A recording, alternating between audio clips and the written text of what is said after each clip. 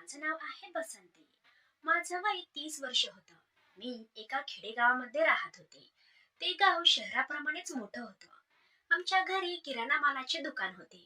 त्यामुळे दिवसभर माझा नवरा दुकानातच थांबत असे. माझ्या लग्नाला आता 12 वर्ष होऊन गेली होती. आम्हाला एक लहान मुलगा होता. तो शाळेमध्ये जात होता. सुरुवातीला मला अजिबात करमत नव्हते, कारण घरामध्ये मी एकटीच असायची.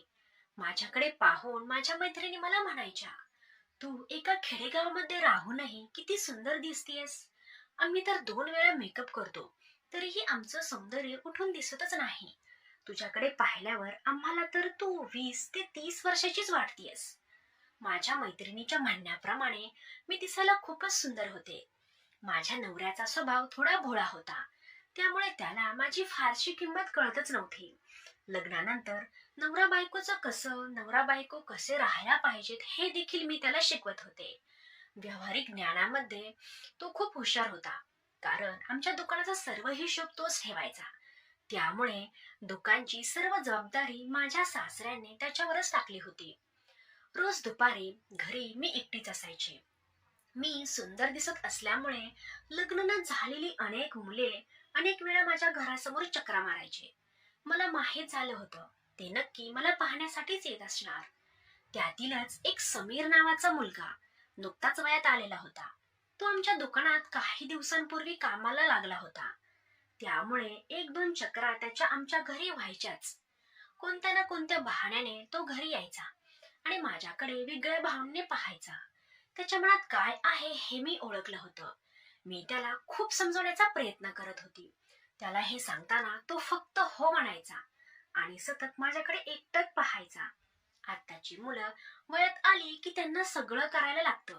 त्यांच्या हातात एवढ्या कमी वयात मोबाईल असल्यामुळे ते खूप बिघडतात. मोबाईलमध्ये ते नको ते बघत बसतात आणि मग बाईकडे मुलीकडे वेगळ्याच भावनेने पाहतात. समीरही असाच मुलगा होता. मला वाटायचं तो गरीब घरचा मुलगा आहे. तो काम करून शिकत आहे, त्यामुळे त्याने व्यवस्थित वागावं असं मला वाटायचं.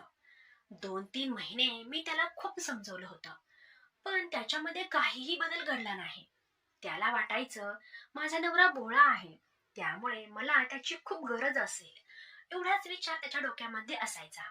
दुपारी एक दिवस तो अचानक घरी आला आणि माझ्या खूपच जवळ येऊन बसला. तो आत आल्यावर आमच्या वाड्याचा दरवाजा त्याने बंद केला होता.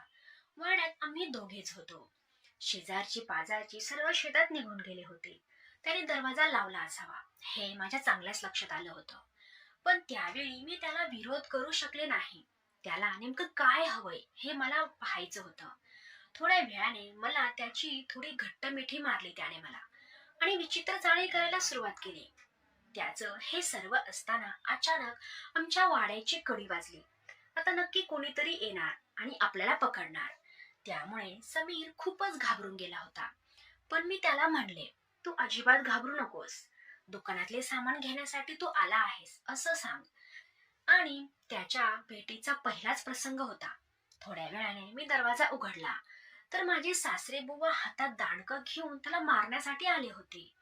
आमच्या घरासमोर असणाऱ्या मंदिरातून समीरला त्यांनी पाहिलं होतं आणि घरचा दरवाजा लावल्यामुळे त्यांना आमच्या दोघांविषयी वेगळा संशय आला होता.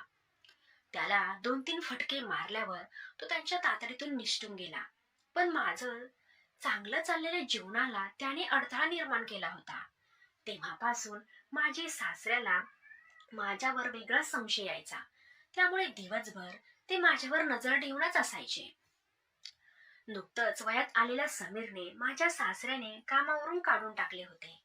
खूप दिवस मी त्याला समजवत देण्याचा शोधात होते, पण समीर गाव सोडून गेला. त्यामुळे पुन्हा कधी तो मला दिसलाच नाही. मित्रांनो, कथा कशी वाटली कमेंट करून नक्की सांगा. आवडली असेल तर लाईक करा आणि आपल्या मित्रमैत्रिणींमध्ये शेअर करा. आणि हो, चॅनलवर नवीन असाल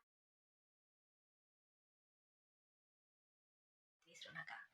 भेटूया पुन्हा अशाच मसालेदार आणि रोमांचक कथासह. तोपर्यंत हसत राहा, खुश राहा. धन्यवाद.